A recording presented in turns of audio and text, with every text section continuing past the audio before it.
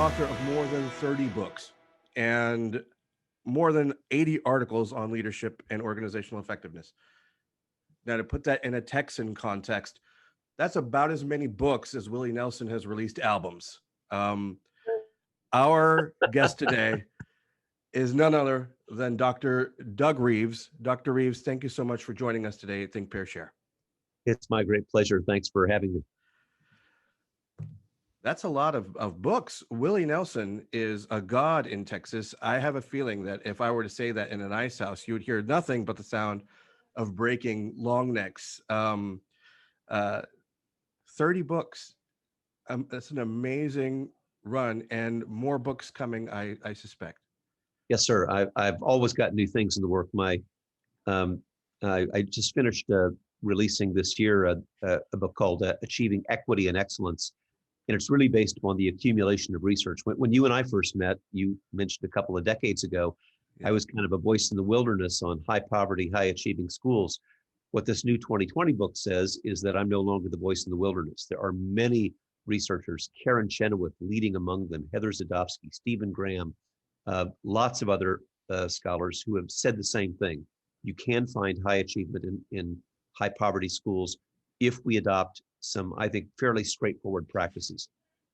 So that's, and then for next year, the book coming out is called Fearless Schools, because I think that's what our faculties need right now is a degree of fearlessness to come out of this horrible 2020 year where I think there was a lot of fearful environments.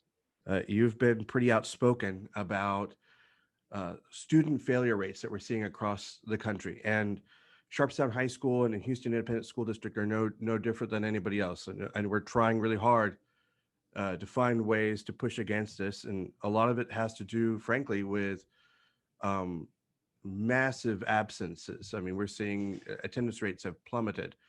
And in many cases, for good reason. However, we are sort of caught flat-footed by it, and we're seeing a huge spike in failure rates. You describe that as a burning building that our students are in, and we need to show them the exit. And you've written about this quite eloquently.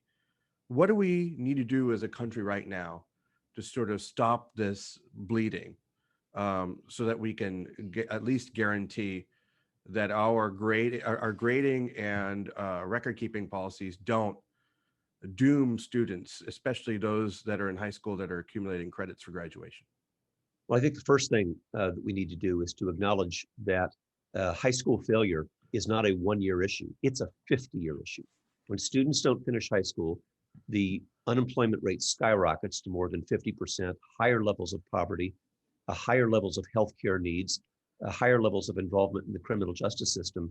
When you compare people who don't finish high school to those who do, that's not a problem for a 17-year-old. That's a problem from when they're 17-year-old and the 50 years following that all the rest of us pay for. So the number one thing is to recognize that not completing high school is a crisis. And I'm worried that if a student has 5, 6, 7 failures in the fall of 2020, they may not come back in the spring of 2021. And our whole community will be paying the price for that. So number one, realize what a crisis it is. That's what I meant by the building on fire. Number two, you don't have to have fruit basket upset and change policies and have a new board vote, excuse me, and all those other things. There are just 3 simple things that we can do. Number one, stop using the average to calculate the semester grade. That means empowering teachers to say what Texas has actually said for 20 years now.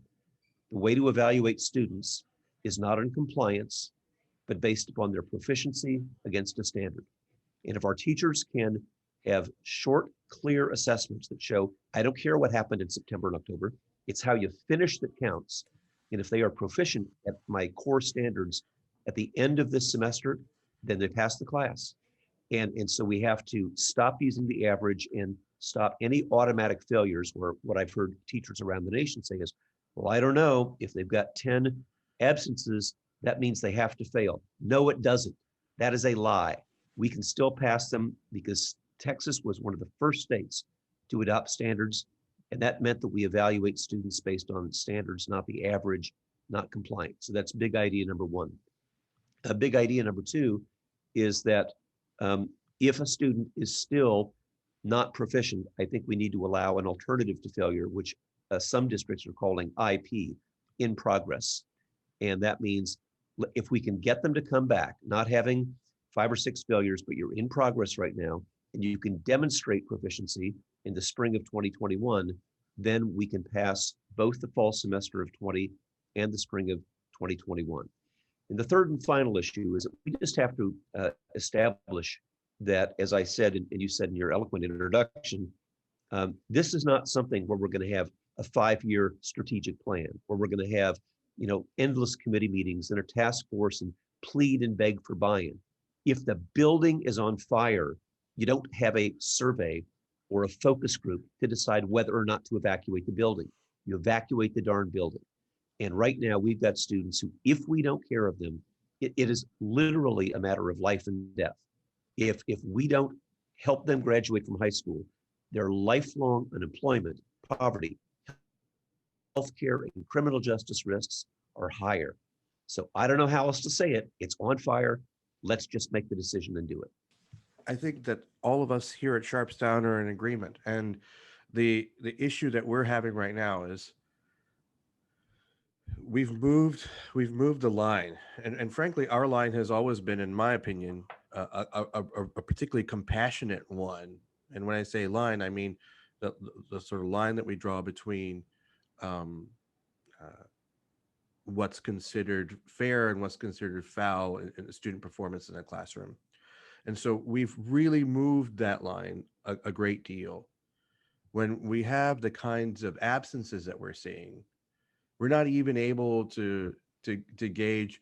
It's not even a question of compliance or proficiency. It's a question of presence. And so what's your advice to schools that might be suffering the same thing? So to give you a quick rundown, Sharpstown High School is vast majority Title I, more than 90% reported Title I, and then the rest likely should be, but we're not willing to fill out the government forms. A lot of our students come from Central America, Central and West Africa, and Southeast Asia.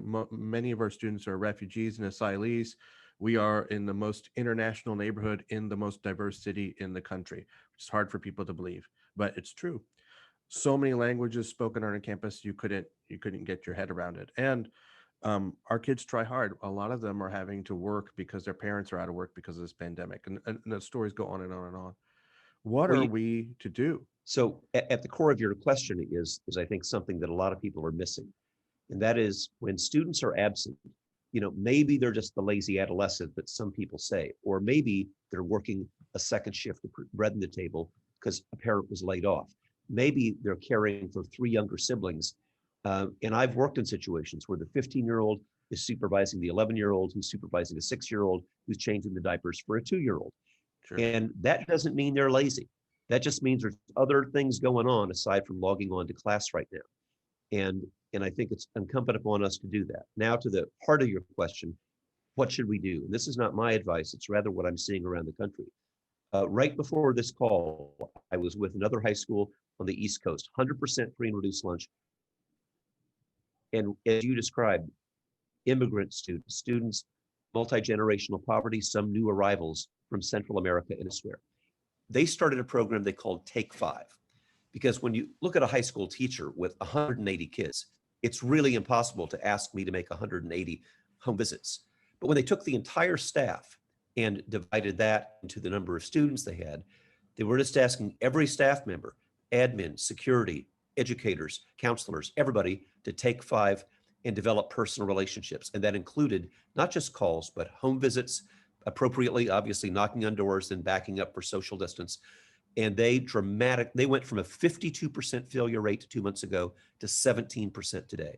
It's still too high, but that's a pretty darn great reduction. And a lot of it was related to just getting kids back to school.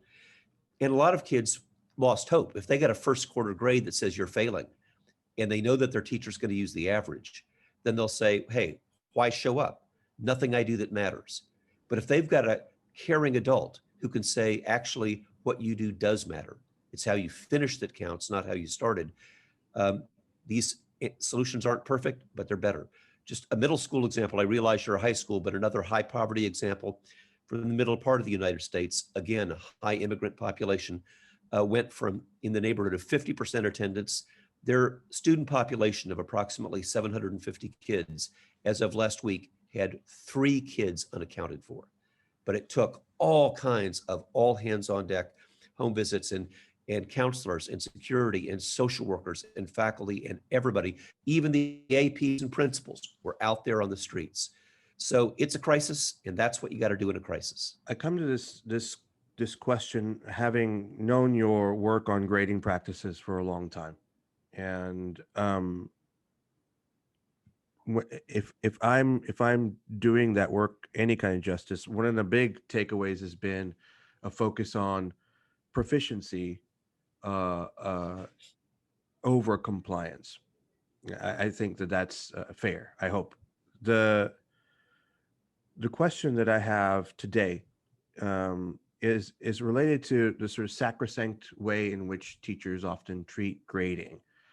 Um, where in your estimation does that? How did grading become such a golden calf in our society to start with? I'll tell you what a teacher told me, and that was, and I'm not going to guess anybody's age in our audience here, but I'll bet you got a few people who were teaching in the 90s, maybe in the 80s. And what one of them told me was, it used to be that I could teach how I wanted, when I wanted, what I wanted, because the curriculum and all those decisions, including assessment, were left to the teacher. But then at the dawn of standards, started in the 90s, continued to 50 states in the early 2000s. And then I was told not only what to teach, but then I was told when to teach as pacing guides come in, even how to teach as teacher evaluations got into micromanagement. Grading, they told me, was the only thing we've got left. So I want to be fair to teachers. I realize that there's a lot of frustration on their parts. So I always ask, what is in our best interest? It's okay. This is completely okay to say not only what is in the best interest of students, but what's in our best interest. And here's what. When I have worked with teachers on improving grading practices around the country, including high school math and science, and I'm one of you, because that's the stereotypical people sitting in the back row. Yeah, professor, tell me something I don't know kind of stuff. So I've been there. And these wonderful high school math and teachers, again, in a high poverty school, this one was in the West Coast, said, Doug may be crazy, but we'll try it. So they did things like they got rid of the average. They got rid of the 100-point scale and used the old-fashioned A, B, C, D, F. They still had traditional grades, traditional GPAs, but instead of 100 to 0, it was A is a 4, B is a 3, C is a 2, D is a 1. And here's the kicker. They stopped grading homework because they knew that when students were turning in perfect homework, thanks Khan Academy, that may have been their homework or it may have been somebody else's. So they said, when we stopped grading homework, we started having honest conversations about what students knew and didn't know. And they moved all of the practice that teachers used to think homework was into the class. Their failure rate dropped by more than 80%. But here's what's in it for us. Better attendance, fewer tardies, better classroom culture, better respect for the teachers. And here's the real kicker. This is a high school, to give you I don't know how this would compare to your school, but they had 1,700 students. They had 3 fewer sections of repeaters, which meant 3 new electives. I've always wanted to teach astronomy. I've always wanted to teach, AP Stat, but I can't because I'm doing 2 sections of repeaters in Algebra 1. That's what's in it for us. And and I forgot, suspensions down by 55%, because every time you reduce the failure rate, you also increase what I would call the hope coefficient. And when hope gets better, discipline and behavior gets better. So that's what's in it for us. I think of the era in time that you described when sort of standards came into play. My career started in 2001, 2002 school year. So I was walking into the beginnings of charter school movements all over the country. Your KIPs and yeses were just starting out and starting to get some momentum in the years that followed.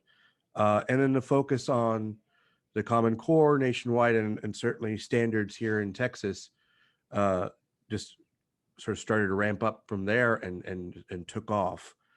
A lot of that work is seated in research that we are that's frequently stated to teachers.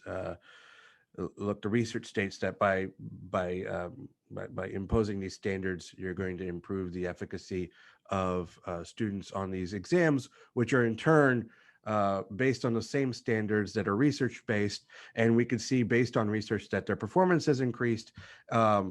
Yet the same research states, for example, that multiple choice assessments don't do a good job of assessing student proficiency. And yet everywhere you look, these are the assessments that are used to gauge our students. There's enough hypocrisy in there for it to turn the stomachs of teachers who are genuinely interested in teaching and learning. That brings me to a couple of questions. One, to start with, is this a machine that we can effectively dismantle at all, or are we too far gone? Would you even concede that it is a machine?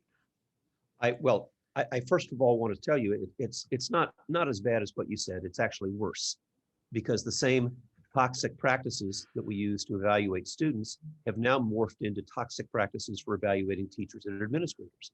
That's why, for example, the highest poverty schools also have the highest level of turnover, because the operating theory is if you just fire the administrators and get rid of the teachers, there's a busload of brand new ones who are going to be so much better that'll come in. And if we've learned anything, it is that stability, coherence, consistency is what students need. And yet we deny that every time we have a new theory that says, just fire everybody, do the neutron bomb, that the building is still standing, but all the people are dead, and that'll fix things. We've been trying that for 20 years. It doesn't work. And so when I say trying that, what I mean is test-based accountability. Now, look, I'm not a radical who is against all testing. I think it's very reasonable to ask, not just once a year, but to ask regularly, how are my students doing in reading comprehension? How are they doing in nonfiction writing and core things like that, and in core mathematical skills? In fact, I favor more assessments that are short, like 8 or 10 items, rather than the 1 8-hour exam that happens at the end of the year. So if I can get feedback in time to do something about it, then I, as a teacher, can actually respond to it, which never happens with end-of-year testing. So yes, I think we can get out of it. And here's the crazy part.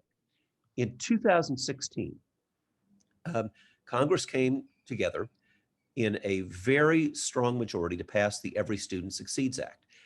Republicans and Democrats agreed. And I know some of the people involved in that. And they basically repealed a lot of No Child Left Behind and said the states can do more. You can revise your accountability system to include the actions of teachers. You can revise your accountability system to show growth, not just end-of-year test scores. And you can have different homemade tests that you can use. You don't have to use nationally prescribed ones. What happened? The states just turned in No Child Left Behind 2.0. We had all this legislative flexibility, but I have to, and this may get me in trouble with Texas, but I'm just going to say honestly, you can't blame Washington on this one, because we own this. We had the flexibility and we didn't use it. Now let me illustrate a bright, shining exception. Connecticut right now is the only state in the country that, as part of their accountability system, includes access to the arts for all students. And yet schools that are fixated on scores alone have cut the arts so that basically rich kids get arts, poor kids get remediation. And Connecticut, to their enormous credit, says all of our kids, including the poor, deserve the arts, and they made it part of their accountability system. And I would just kind of see you one and raise you 10 to go beyond that, to say we're switching now from the kind introduction that you made from one country singer to another, from Willie Nelson to Kenny Rogers. Nevertheless, seeing one and raising you 10 means that you don't just stop with scores alone or access to the arts. You say, what about us? What are the measurable variables in teaching and leadership that show not just the data, but how we responded to the data? That to me is empowering. That to me makes accountability not a gotcha system, but a learning system. And I know it can be done. So I approach this next year with great hope, because I honestly think people on both sides of the aisle in Congress are frustrated with how accountability for the last 20 years has not worked. You were pretty eloquent in a tweet related to the same topic, where you address the new Secretary of Education, or I suppose the person that's been tapped for that position by the president-elect. Where you say what she will do is not necessarily important as what she won't do. Uh, it's time to stop the threats and intimidation, ranking and sorting of states, schools, and kids. That 20-year experiment is over. Um, Now, I think you've spoken to some of the nature of that 20-year experiment. What have some of the repercussions, in your estimation, been of that experiment? Um, and what do you think that the Secretary of Education is going to be harboring on her shoulders moving in uh, to the Department of Ed now? Well, the first thing that the new secretary must do is to undo some of the toxic practices that are in place right now. And that includes, for example, diverting funds from schools like yours to homeschooling or to private schools that interestingly do not have any of the accountability that a public school like yours has. Um, and that is, the budget is a zero-sum game. Every $1 million allocated to private schools and homeschooling is $1 million not allocated to public schools that serve the vast majority of our students. And there is simply no evidence that homeschooling and private schooling is the antidote to educational problems. But the other thing that's a bigger issue that the secretary can do is stop effect-based accountability and move to cause-based accountability. Let me illustrate with an example. A lot of people have said that teenage obesity is a growing problem. And no surprise that students in poor neighborhoods typically have poorer diets than students in wealthy neighborhoods do, and they lack access to healthy foods. Okay, so how are we going to do that? I've got an idea. Let's measure the body mass index of every student and report it to the federal government. And we'll rank all the schools and rank all the states based upon body mass index. And you'll be in trouble if you don't get the weight of your students down. Now, there's a couple of ways that you can do that. One would be with diet and exercise and access to healthy foods. But that's complicated and takes time. Here's a better idea. How about eating disorders and drug abuse? Because those things will make you lose weight too. And if all you do is look at the weight, the body mass index, you can't tell the difference between drug abuse and eating disorders and thoughtful diet, exercise, and quality food. If we want to have a learning system, then we look at causes, not just effects. What do you say to perhaps even a state like mine, where the prospect of something, a system that's an accountability system, or maybe a mutual responsibility system, if you will, that's more thoughtful and it requires more effort, is seen as more expensive and therefore untenable? Oh, I think you asked a straight question and deserve a straight answer. If I were testifying before your legislature, I would say, ladies and gentlemen, this saves money. Because right now, what has happened is that we continue, when the effects are down, that is, test scores are down, we throw money with one program after another after another. I did a study of more than 2,000 school plans, and I found that the lowest performing schools had the greatest number of programs because everything was solved with a program that supposedly had scientific evidence to support it, but that was when it was alone. But I looked at school plans that had 20 different programs, 30 different programs going on, and teachers couldn't implement all of them. What I learned from that is that focus, 6 or fewer initiatives, wound up dramatically better. So frankly, I think a thoughtful accountability program saves money. It doesn't cost money. it makes a lot of sense. And from your lips to the ears of legislators, I actually had a state representative from an adjacent district to ours on the show a couple of weeks ago. We were started posting his videos last week to much success, honestly. And some of the conversation was around how the state sort of came up with an accountability system in the first place. And, his name, State Representative Gene Wu, so I'm not just going to leave him as a ghost, said that, you know, legislators don't know anything about education. A lot of us have kids and we don't even know how to raise our own kids sometimes. Yet for some reason, we're the ones responsible for this. And frankly, the reason why we have an accountability system in the first place is so that we can go back to our constituents and say, the money that we're spending on public education is resulting in X gains. And so he essentially says we kind of got it all backwards. I wonder if that is true in other states. I suspect it is. The economic appeal is something that legislators do respond to, and I get that because they're responsible for budgets and they're very frustrated with money that they see as being wasted. However, let me tell you what a high school did, and I would love to see your high school do this. They took every college credit hour earned from their vocational studies, from their college co-curriculum studies, from their advanced placement studies, and multiplied that by the average cost per hour in their state.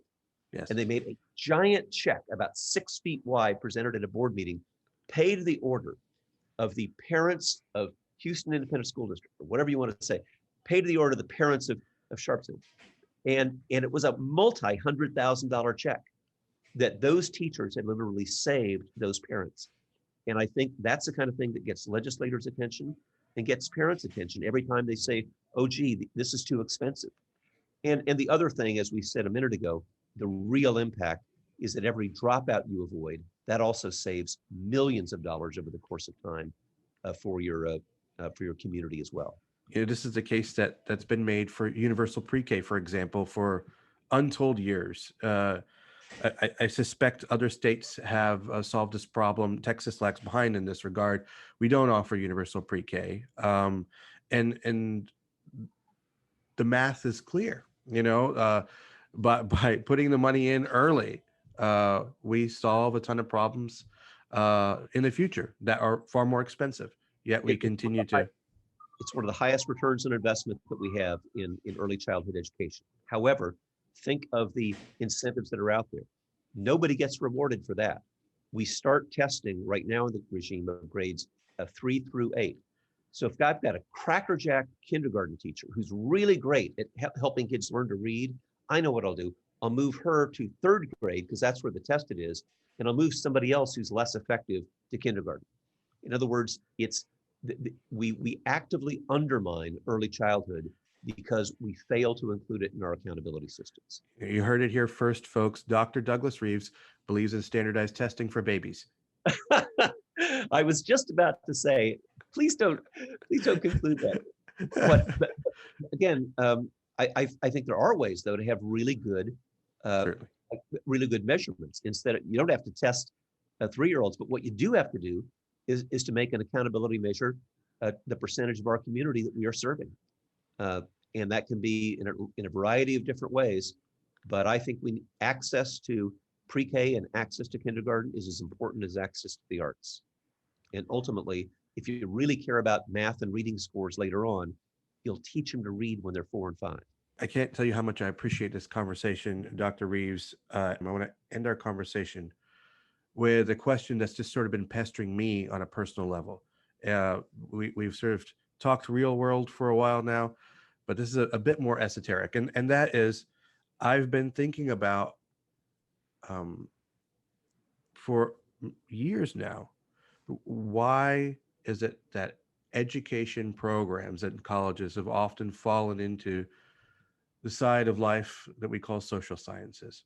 I don't think that there isn't an overlap between education and the social sciences, yet the language of our education programming in colleges is taken in large part, it seems, from the social sciences. And my question is, whether that's an appropriate placement as someone who has succeeded in large measure with that arrangement, as your introduction indicated, can look back on his career and think about, is that placement appropriate? And what's more, what have some of the repercussions, intended and unintended, been of that kind of placement on, focus on research, focus on action research, publication in the way that we publish is similar to what we find in sociology and psychology and so on. Has there been a negative repercussion to that in your estimation? Unequivocally, yes. And the reason I can say unequivocally yes is that I have a volunteer group called finishthedissertation.org. If any of you or your colleagues are working on a doctoral program, it's free. We help students literally around the world. So I've advised quite a few doctoral students, and I've seen the very shift that you're talking about. We are practitioners. An education preparation ought to be similar to a preparation for uh, other professions like medicine or law, and which are not perfect.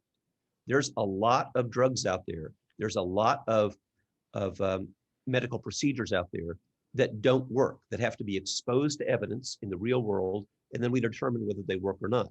Similarly, in education, a lot of things that we think may work in the laboratory may or may not work in the classroom. That's what practitioners do, is test the hypothesis against the reality.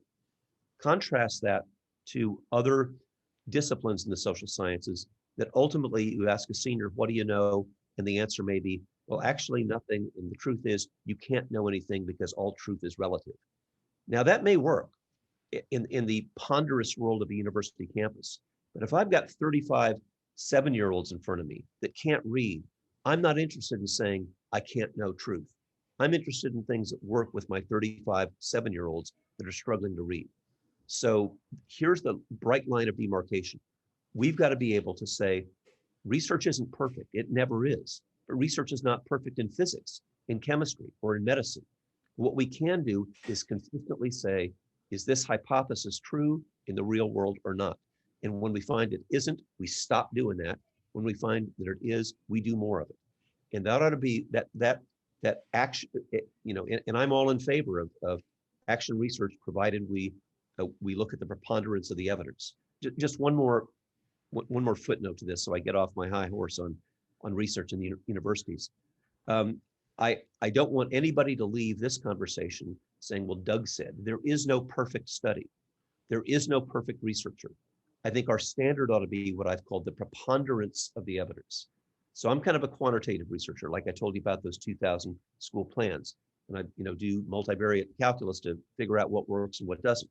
But there's a story behind the numbers. So people who do qualitative research that includes people like Michael Fullen and Andy Hargraves add nuance to that. And then people who do meta-analyses like Robert Marzano and others, people who do syntheses of meta-analyses like John Hattie. Now, when all of those researchers, quantitative, qualitative, meta-analysis, synthesis of meta-analyses, all say, for example, teacher efficacy is a very strong predictor of student performance, then by God, take it to the bank. Because that's not one guy's opinion. That is the preponderance of the evidence. And my encouragement when this comes up in a staff meeting is don't settle for dueling studies, one against the other, or dueling researchers, one against the other. Look for the preponderance of the evidence. To what extent should research and the preponderance of evidence take up the airwaves of a school's narrative? And I pose that question is specifically in light of the art of pedagogy. It seems to me in these days, and I don't know that uh, this wasn't the case in days past. An educator can get an education certification alternatively, uh, be an educator for a couple of years, get a master's degree in school leadership, and become a principal and ascend into the ranks of superintendency without ever having spent time in an academic setting studying the art of pedagogy, actually developing lessons in a creative fashion. That seems to speak volumes about uh, some pitfalls in the system that we may have created. Yes, sir. And I'll tell you, part of that is a self-inflicted wound because colleges of education um, have been producing some students who are not prepared to be in the classroom, and it's really frustrating. Moreover, they've had kind of a corner on the market of how somebody gets certified, and it's hard to tell the difference in some schools. I'm not saying this is true in your area, but in some schools around the nation, between somebody who had a certificate in education and somebody who didn't. Moreover, when they had the opportunity several years ago to engage in a comprehensive evaluation, the colleges of education nationally fought it tooth and nail. And so and this is not dissimilar to other professions that says, look, you may have graduated from law school, but you're not ready to be a lawyer until you've really worked with a colleague, you've really practiced under supervision, and only then you get to be a lawyer. Similarly for doctors and so on. It ought to be the same for us. Can you imagine if I graduated from Harvard Law School down the street from me, and the first day I graduate, somebody comes to me and says, I got a speeding ticket that I don't deserve. Can you help me? The honest answer after that $200,000 education is no. No clue. I got a Harvard law degree, but I can't help you with a traffic ticket because I Right. don't know how to be a lawyer yet. Similarly, I think we really need to rethink how we treat our first year teachers. And we got another crisis coming about the shortage in our profession, because it's really hard to recruit teachers, and we've got a bubble in students, and we've got a downward bubble in teachers growing, and we're going to have a record number of retirements this year, I think, too. It's already happening. I can't imagine that it's going to get any better. But we've seen in my school and in schools around us, a lot in elementary schools. I've noticed as well, teachers retiring instead of facing the reality of hybrid and face-to-face classroom environment during the pandemic. And it makes a lot of sense, and it's really tragic in its own way. The the extension upon the last question I'd like to ask is, when we compare state to state education systems all the time. Texas always ranks in the bottom 20, usually 33 or 34 or something like that. But Massachusetts is always on number one. What are some essential differences? And I mean, I also get the irony that we spent a little bit of time talking about how we shouldn't rank states. But there seems to be a difference. I did some quick research. Per capita GDP is actually pretty similar. I would argue that in Texas, the chances are that there's more economic disparity, so that per capita figure may not do so much justice. Certainly, the per capita income in Texas is higher than a lot of the states that are doing better in terms of education. So that part is there. But beyond that, we don't require a master's degree to be a teacher in Texas. Do you in Massachusetts? I know in New York public school system they do. Does that make a difference there, or are there other things you'd point to? There's no evidence that a master's degree makes somebody a better teacher, and there's no evidence that having a doctorate makes anybody a better leader. So we've clung to those presumptions, but I think that's not the case. I'll tell you some things that we got right, but I also want to say at the outset, what you're talking about in both cases are averages. And the reason we teach students about mean, median, and mode is that the average does not accurately describe the entire state. So, Sure. Texas has got some of the best schools in the world and some of the lowest performing schools in the world. Massachusetts Sure. has got some of the best schools in the world, some of the lowest performing. If you looked at Boston and Springfield, for example, we'd rank way below Mississippi. But you also get to include in that some of our suburbs where the average home valuation exceeds $1 million. And the kids, had they not even gone to school, would have ranked really high. So Sure. I just want to say that in both cases, what you have is a socioeconomic issue. That said, let me just be fair about some things that I think we did get right. For example, my evidence, Stephen Graham's evidence, and others have long suggested that writing, particularly nonfiction writing, is a strong influence not only on writing, but on reading comprehension, science, math, and social studies. Massachusetts requires constructed response and written responses in their tests in all subjects. And a lot of states dropped that because it's more expensive and time consuming to evaluate writing. And as a result, when they stopped that, teachers stopped teaching writing. One of the most powerful things we can do. So I do think that there are some differences in pedagogy. I also think what we have done is to provide a incentive for our students to improve, because there's some mobility between districts, and students have the opportunity to go from urban to suburban districts. It's not always been perfect, but those are a couple of examples. But of everything that we do, the writing and constructed responses that we've stayed with have been better. There's one other thing that we did about teachers. Our teachers exam also requires writing. And when one of our commissioners was challenged on whether or not that was appropriate. He said, with the permission of the students who took that, I'd be happy to show you the writing that teachers did on their qualifying exams who did not pass, and tell me that you want that teacher in the classroom. So I think demanding not just a multiple choice test, but demanding constructed response, demanding the sort of writing that we want students and parents and community members to see, that's one thing that we got right. But I do want to be clear, I don't go around crowing about how Massachusetts is superior, because we've got the low performing, high poverty schools like everybody else does.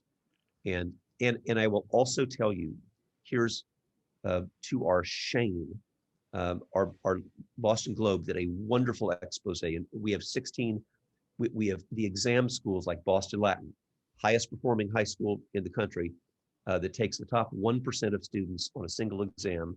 Then we have Boston English. It's a high poverty school across from a mosque, lots of immigrants. Same money is going into those two. Now, I will just tell you that if Boston English only took the top 1%, they'd look great too. But our shame is for the non-exam schools. The Globe did a study of the valedictorians of those schools.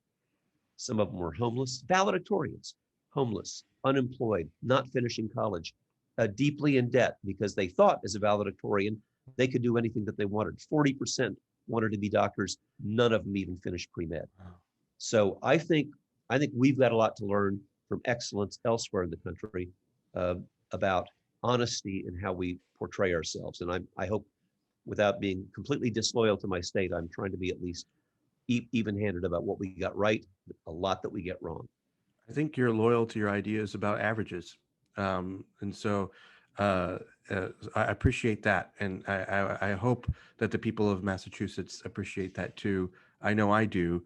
It's been an absolute pleasure for me to spend this time with you today. I thank you so much for giving me a part of your morning